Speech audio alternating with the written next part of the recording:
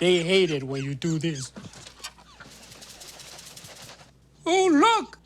They're really mad now. Recently, Yaboi Zack decided he'd really like to shake the hive mind. As you know from some previous videos, Eric July has recently had not one misprint but two, one of which he tried writing off as a creative decision, likely in an attempt to avoid refunding his customers. These recent errors raised the question as to whether or not Eric July and his company, the Rippaverse, will actually be able to have the quality control necessary to print all the scheduled books they have for this year. In the past, they would only print a couple of books per year. Now they're ambitiously trying to print over one per month. Let's take a listen to what Yaboi Zack had to say. Literally watching Eric July speak for a minute and 45 seconds is fucking infuriating. I've never seen such a smug idiot in my entire life. So he, weirdly enough, uses the passive voice, even though he's the boss, and starts bragging about this amazing new initiative to actually read the books they printed before shipping them. No, actually, he never says that. What he says is, insanely smugly, that at the last minute, with no thought and no study, not hiring a consultant or anything, he just shuffled around most of the teams. That'll solve it. Yeah, you had an entire company of people who didn't read the books twice. And the implication is more than that, and they just got lucky on the other runs. So multiple runs had 0 employees open up the books to actually see if they were printed correctly. This is idiocy beyond imagination. It's shocking to have such a smug idiot fuck up the unfuckable. You literally have a warehouse. You just have boxes and boxes and boxes of stuff just sitting there. Open it, spot check it, something. Don't just take the, top book out of every box, dig down in there, just sort of random, or one of them, just open one of them, because it's clear nobody on any team did that, because Rippaverse is a house of cards. He took 40,000 backers, he turned it into 4,000 backers. That's actually impressive.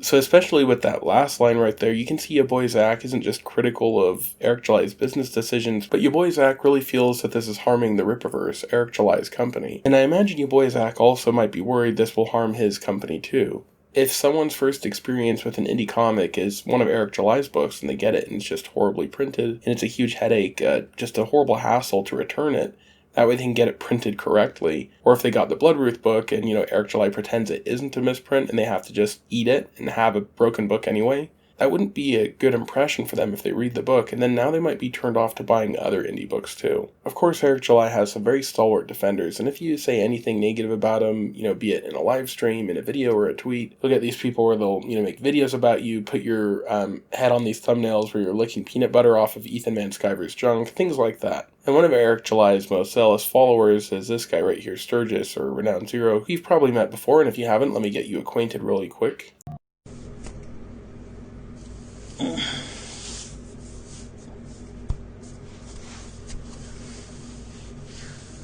There you go, Nips. There you go. Happy? And So that's Sturgis, and he really wasn't very happy with what, Yaboi Zack had to say. Let's take a quick look at his critique on Yaboi Zack's critique.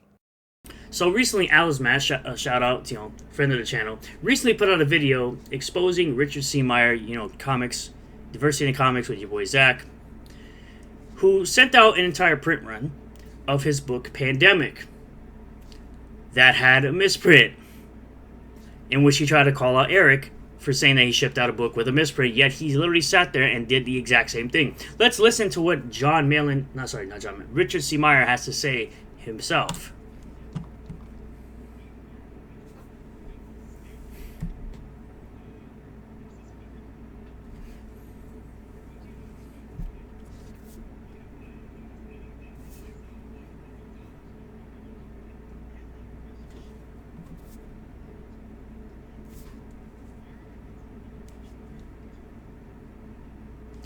a reviewer pointed it out, which means that the book was shipped out with this error, this misprint, inside the book. Now, you might be wondering what Sturgis' main complaint is, and you couldn't really tell from that video, because he had it muted. He was actually claiming that Yaboi Zack had misprinted a bunch of books. It's a little ironic considering how he ended up botching up his own video. He was claiming someone messed up their book, and here he is messing up his video, omitting some pretty key information. So let me show you what Sturgis was trying to say. I have this video here by a YouTuber named DanFan, and she was reviewing this comic by Yaboi Zack. It was called Pandemic. And there it is, guys. There it is.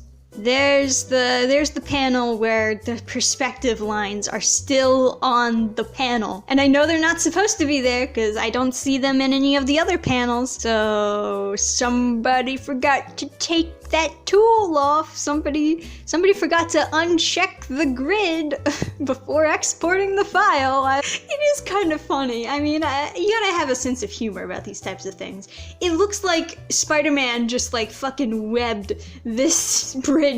So DanFan was saying that Yaboi Zack had rushed this book, and that the artist had accidentally left his perspective grid inside the picture, which is why you see all these lines on the two sides of the bridge. The artist Renzo Rodriguez explains that he was extremely panicked when he had heard about this from Yaboi Zack, and obviously this perceived error really stuck with a lot of people. I mean, we're still talking about it years later. Now, there's plenty of humor here, and one aspect that makes this really funny is that the book is actually about a woman who basically panics and overreacts, and she makes everything worse. Had she been able to remain calm, things wouldn't have gotten out of hand. Ethan Van Sciver, a 30-year comic book veteran, actually explained how this is indeed what the Brooklyn Bridge looks like. Renzo, Zack, the editor, and everybody else involved in this book didn't make an error here. This is what the picture was supposed to look like. The bridge had been illustrated correctly, but Yaboi Zack and others panicked at this review and they instantly changed it. They're actually incorrectly changing it. And so he ended up printing another version of this book, but that version was actually incorrect. So Sturgis is completely wrong when he says that Yaboi Zack made a misprint here.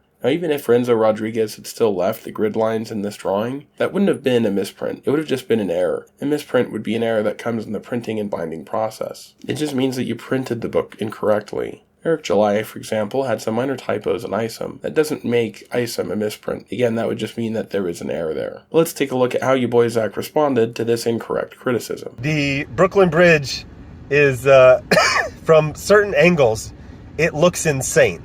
All of the cables. Because they go in this crazy crisscross that if you take a picture in just the right spot, it looks like a perspective grid. That's what it looks like in real life.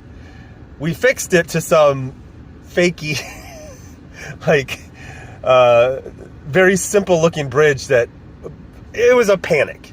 And it's ironic because it's in a book called Pandemic, except for it's pan, capital, dem, lowercase, ick, capital. So you see the word panic, and that was the whole point.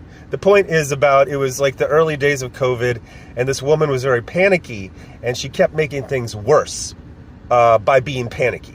And then the same thing happened. I got some information that was wrong, that was good intentioned, but wrong. And, DanFan, I used to watch the show at the time. I was like, honest person, reads comics, and I just went into complete panic mode. I was like, oh my God, we messed it up. And so, I guess because I was, quote, the boss, nobody said no, that's what it actually looks like. So I think everyone else went into panic mode as well. And we're like, yeah, you do this, and we fixed it, and we changed it, and we printed. The second printing was not a misprinting. We did it on purpose, but we were wrong. This was used as a dunk against me, but in a broader context against everyone for daring to criticize. They were doing a straw man. They're pretending like we're like these Eddie Haskell bullies, and they're like, oh, you had a misprint, when it was like, you just had your second misprint, and you lied about the other one. And now you're making people do extra work mailing it back. I don't know where you live, but I can't just mail, a package.